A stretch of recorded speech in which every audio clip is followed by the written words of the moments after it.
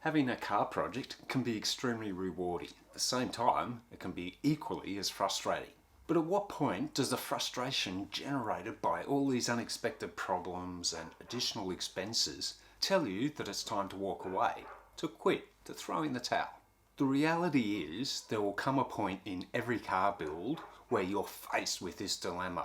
Do you keep going and persevering, or is it time to walk away? And it's not an easy decision because generally it's emotionally driven. On the one hand, your friends and your wallet are telling you one thing, but inside you have this dream and a passion to keep going.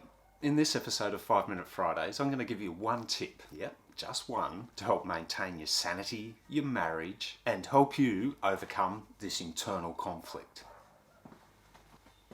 This way.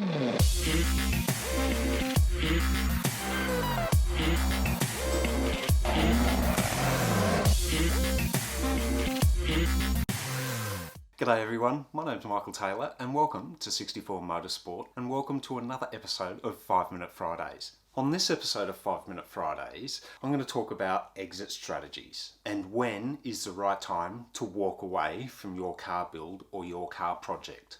How do you differentiate between pure frustration and actually knowing that the build isn't going to turn out the way you want? That the obstacles that you're facing are not going to generate the outcome that you'd originally planned for. The way to organise this is not halfway through the build, rather at the beginning in the planning stage. And by that I don't mean you want a plan to fail. It's about incorporating an exit strategy into your build plan.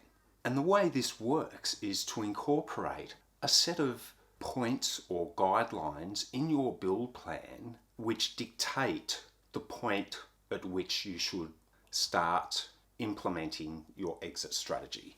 And an exit strategy is a well thought out plan in terms of how to get away from the build. So not just, well, I've reached this point and this is the point where it tells me I've got to walk away, but also incorporates how you're going to walk away from the build. What are you going to do with all those parts that you've bought? What are you going to do with the actual car?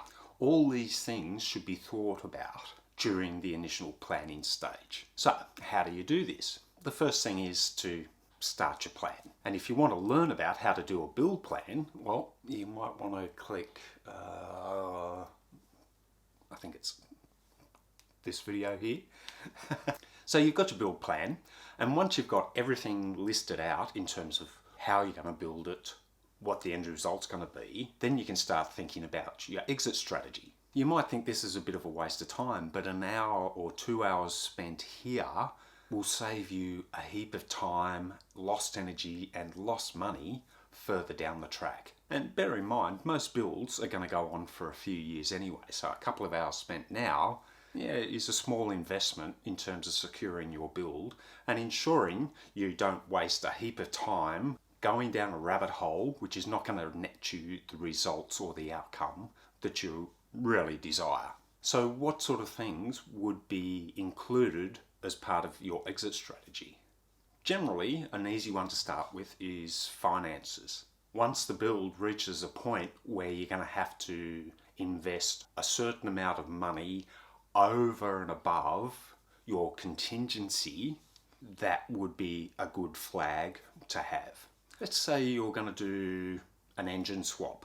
You've done all your research, you've picked out the car you're going to use, you've picked out the engine you're going to use, you've found manufacturers or suppliers that can supply the components that you need to do that engine swap, and you get halfway through the build and you're approaching the point where you're going to install your new engine, and it turns out that the company that you were originally going to choose to supply all the mounts and the bell housing adapters and things like that no longer makes those adapters. And it could be that there's no one else that does it, so you're going to have to design and engineer and get somebody to CNC machine all those parts. The troubleshooting, the R&D, all these things. Maybe you don't have the resources locally to be able to do that. These are the sort of things that you can think about to incorporate into your exit strategy.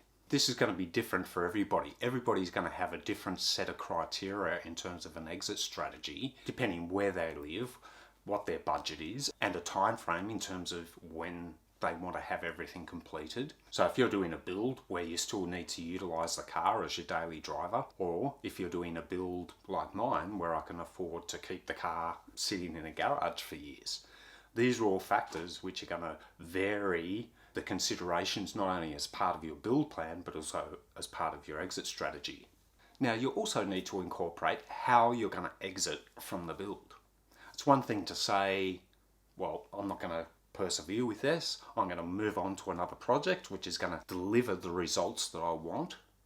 But what are you going to do with all those parts?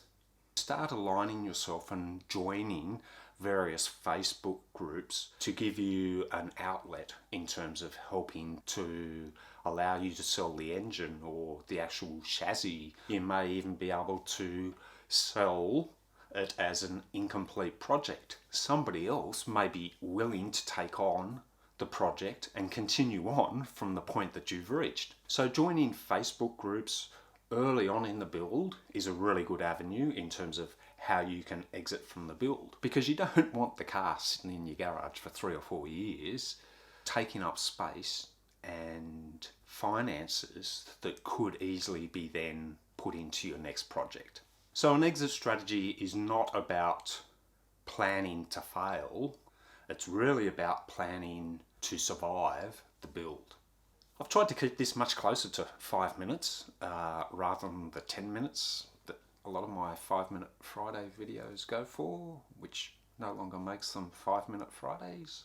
But anyway, I hope you've enjoyed the video. If you have, don't forget to smash that like button. If you've got any comments, or if you've undertaken a build and you've faced this dilemma, how about you post me a comment below so that we can share that with our other E46 viewers. Also, if you'd like to see more videos on my supercharged E46 325Ci project, then consider subscribing and don't forget to ring the bell so you get a notification every time I upload a new video. But until we meet again, perhaps on another episode of 5 Minute Fridays, look after yourself, stay safe, and TTFN. You like the haircut? Yeah, I know, it's a little bit different. I think it makes me look a little bit younger. What do you reckon? How you doing? How you doing?